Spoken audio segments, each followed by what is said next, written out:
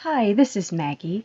In this video, we're going to examine a Python program dynamically as it's running. Before we get started, I'm going to quickly give you some tips for how to get the most out of this video.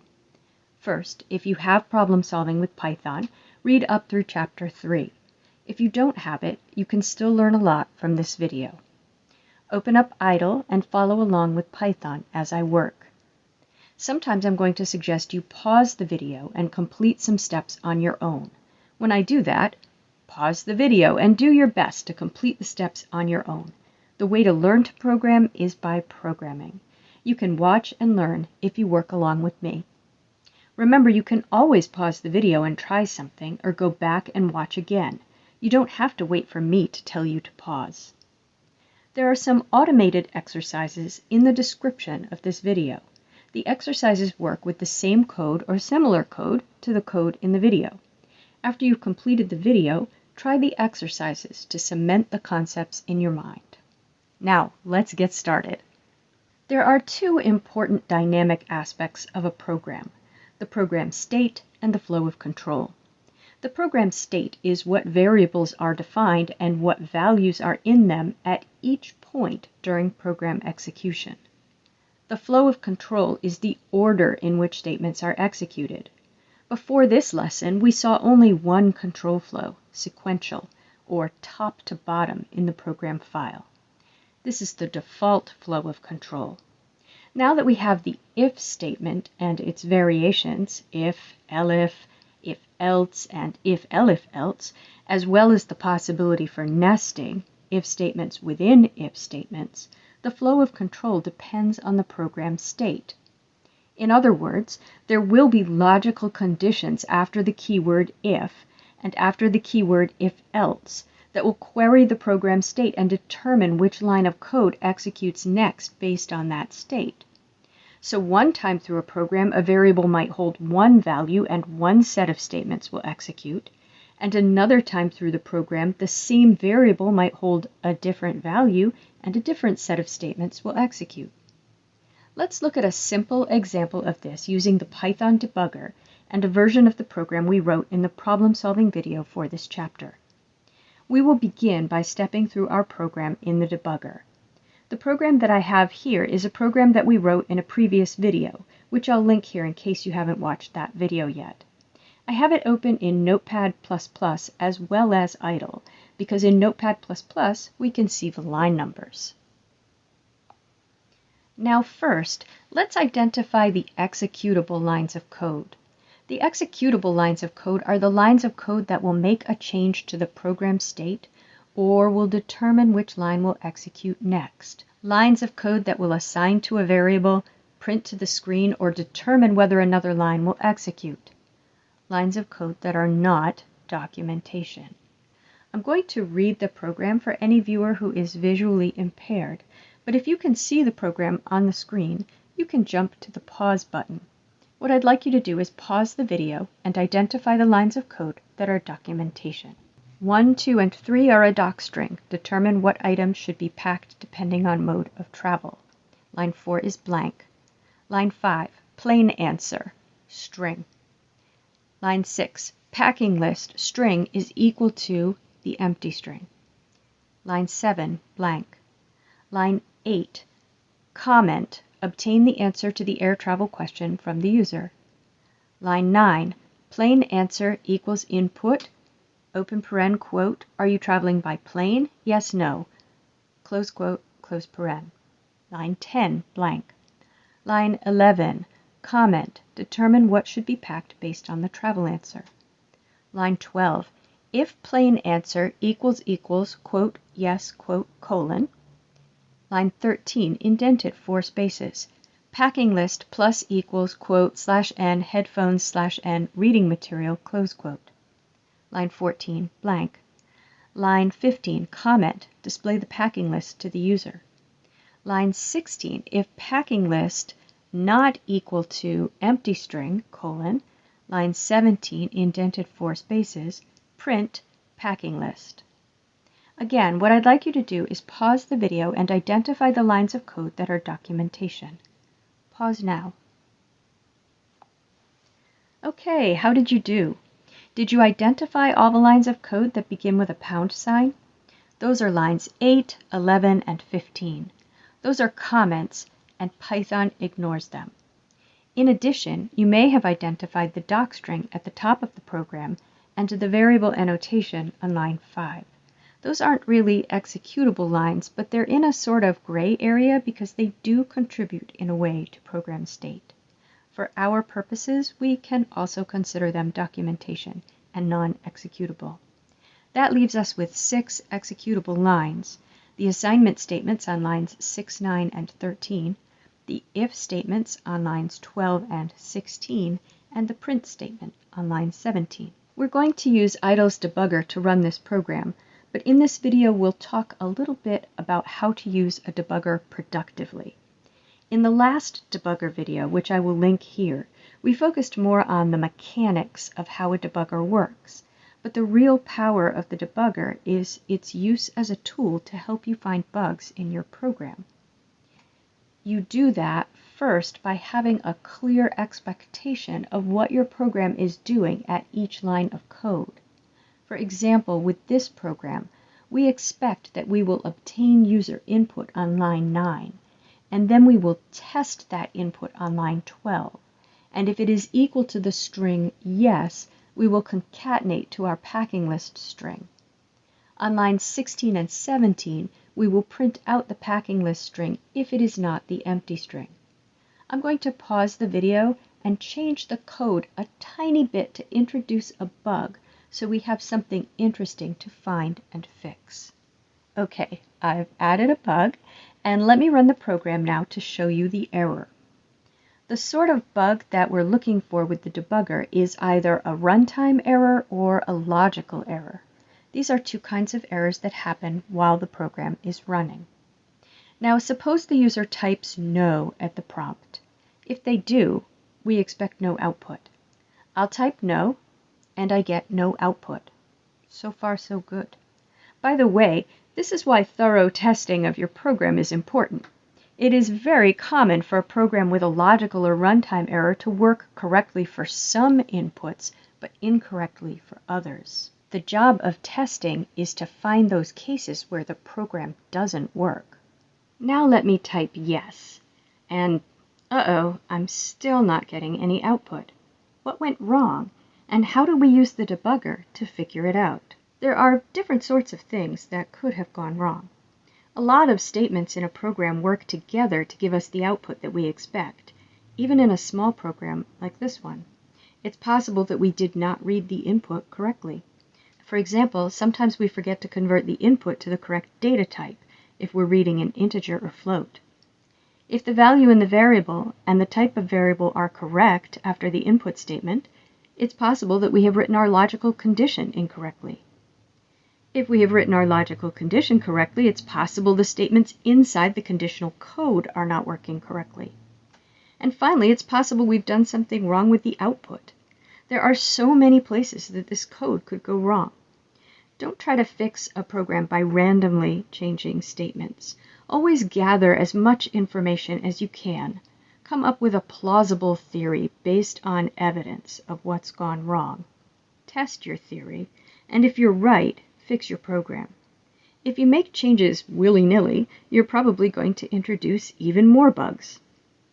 The debugger is the tool you want to use for the information gathering part of this process. It helps us see both the values in the variables, the program state, and which statements are executing. It's like a window into the inner workings of the program. If you don't use a debugger, then you're depriving yourself of useful information that will help you develop your theory of why your program isn't working. Okay, so let's debug this. We know it's not working for the case when the user enters yes, so let's see what it's doing when the user enters yes. In the idle console window, choose Debugger from the Debug menu. In the window that pops up, check the Source and Locals checkboxes. For this session, uncheck Stack and Globals. They won't hurt anything, but they might be distracting. It's also helpful if we organize our windows so you can see your source code, the debugger window, and the console window. Now we go back into the program window and run the program. We are going to click the Over button. Remember that you can set a breakpoint in a program to jump to a particular line, but this is such a short program and there are so many places where it could be going wrong. We can just step through the whole program line by line or until we find the bug. So we click the Over button until we reach line 6, on which we give packing list its initial value. I didn't mention this line before, but if packing list has a bad initial value, this could also be a problem for our program. Before each line executes, we should predict the result of the line executing. We need to know what we expect so we can see how the program's execution is misaligned with our expectations. Pause the video and predict what you will see after we click over on line 6. Pause now. What did you predict? I predict that we'll see in the locals area of the debugger window that packing list is the empty string. I'll click over, and it certainly appears that it is. That's good. Now I'll click over on line 9, obtaining plain answer from the user, and I'll type yes at the prompt. We expect that the variable plain answer will be defined, and that it will hold a string value, lowercase y-e-s. And that looks correct. Now we've come to line 12, the if statement. One thing I want to mention is that this if statement is reached sequentially. It will execute every single time this program executes. When it evaluates to true, line 13 will execute. When it evaluates to false, line 13 will not execute. But line 12 always executes. And so what do you expect to happen here? Do you expect this conditional expression plain answer equals yes to evaluate to true? Do you expect line 13 to then execute? Do you expect packing list to then contain headphones and reading material? That is how the program should work. Let's click over. And the condition was true. We know this because we're now going to execute line 13. Pause the video and predict what will happen when I click over. Pause now. So my prediction is that packing list will change. It will now contain /n headphones /n reading material. Let's see. What do you see? It looks like we now have two variables called packing list. One is the empty string, and one contains headphones and reading material. So when we get to the next line, line 16, and Python tests if packing list is the empty list, it is. It's looking at that first variable we defined, packing list, which is still the empty list. So the program ends, and we never print headphones and reading material. Why are there two variables called packing list? Well, I introduced an obnoxious little bug here, but it's a pretty common one for beginning programmers. I wrote a variable name that looks like the other variable name, but isn't exactly the same. That's 1 and not an L in packing list. If you don't write a variable name exactly the same every single time, you will have multiple variables. So I can easily fix this bug now that I see that there are two variables called packing list, or rather one called packing list and one called packing one ist. I'll just change that wrongly spelled packing list to use an L and not a 1. Now you probably wouldn't make that mistake, although I have actually seen people make that mistake many times. You're probably more likely to misspell a variable name or transpose letters or use capitals in some places and not others. Those errors might be easier to see with a visual inspection than this one. But the debugger would absolutely help you see it in the same way you saw here. You'll see multiple variables. Or it's possible Python will tell you the variable doesn't exist if you try to evaluate it rather than trying to assign into it. I actually did something sneaky and I changed the plus equals, the concatenation, to a simple assignment. If I'd left it as plus equals, the program would have crashed. You see, it tells me packing one list with a 1 in the name is not defined, and that's because here I'm trying to add to packing one ist with the 1 instead of just assigning to it, which defines a new variable. I can't add to a variable that doesn't already exist. Okay, so now that we've debugged that, let's desk check or trace it, but this time with a no answer from the user. Remember that we begin by making a table. I'm going to do this in Microsoft Word. Your table is going to include a column for the line number and columns for each variable in the program, as well as columns for input and output. I find it useful when there's a test in a program, like as the condition to an if statement, to have a column for the test as well. Before I create my table, pause the video and figure out how many columns we'll need and what should be at the header of each column. Remember, we'll want one column for the line number, that will be the line that's just executed, one column for input and output, or separate columns for each, one column for each variable, and one column for each test. Pause now. How'd you do? For this program, we need 6 or 7 columns. We will have one for the line number, one for each variable, one for each test, and either one for both input and output, or one each for input and output. Because this is a small program, let's create a table with 7 columns and put the headings in as I just described. Line number, plain answer, packing list, plain answer equals yes, packing list does not equal the empty string, input and output. Now we execute our program mentally. For each line that executes, we record a row in our table. We will write down which line has just executed and what the values in all the variables are after that line executes. Again, we'll run our program with the user entering no at the prompt. So let's go. We will only count the truly executable lines, the ones that make a difference to our program state, our variables, and flow of control. We won't count the gray area lines, the docstring, and variable annotations. Our first executable line then is line 6, in which our variable packing list is defined to reference the empty string. So we write 6 under the line number column and 2 quotes next to each other under the packing list column. Our next executable line is line 9, in which we obtain the answer to the prompt from the user. So I'll put 9 in the line number column, and in output we'll see the prompt from the input statement. Are you traveling by plane? Yes, no. I'll abbreviate that because it's long. And in input we'll put what the user types in. So the user will type no. Now technically the user is typing text, so I'm going to put quotes around that. And that is being assigned to plain answer. So plain answer will reference that, and I'll put it in that column. All of this is happening on line 9. And now we reach line 12 sequentially. Line 12 is the test. I recommend that you do this as methodically as possible. So we are going to evaluate the condition, plain answer equals yes, by looking at the value in the column plain answer and substituting it in for the variable in the expression. So that is the string no, and we get no equals yes, and that is false. I encourage my students to write every step of this process in the column.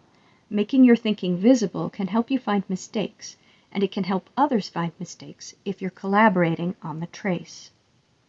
So with that condition evaluating to false, what line executes next? Pause the video and answer that question. Pause now. Did you get 16? Remember that if the condition in an if statement is false, we skip the conditional code, which in this case is line 13. The next executable line is 16. So again, we have a condition. Let's write it all out. We'll look at packing list, which is the empty string. So substitute that in, and we get empty string not equal to empty string, which is false. Empty string is equal to empty string. So the program is done executing. We skipped line 17 because the condition on line 16 is false, and there are no other lines of code in the program. So that's a desk check or code trace of this program. Desk checking is a critical skill. Consider that you're half tracing when you're running the debugger, because it is easier to debug if you can predict what you expect to happen. It is also very helpful when writing code, because you can run your code in your head as you write it. The more you practice it, the easier it will be. Now that we've debugged and desk checked this program, I recommend that you do both again from scratch and do it using 3 different inputs: yes, no, and something else like maybe or yes with a capital Y. Be sure to practice setting a breakpoint as well. There are exercises in the description of this YouTube video. You can practice tracing this program by following the link in the description, as well as tracing the full version of the program. You can also write the program by following the code check link in the description. Once you've completed that, you're ready to move on.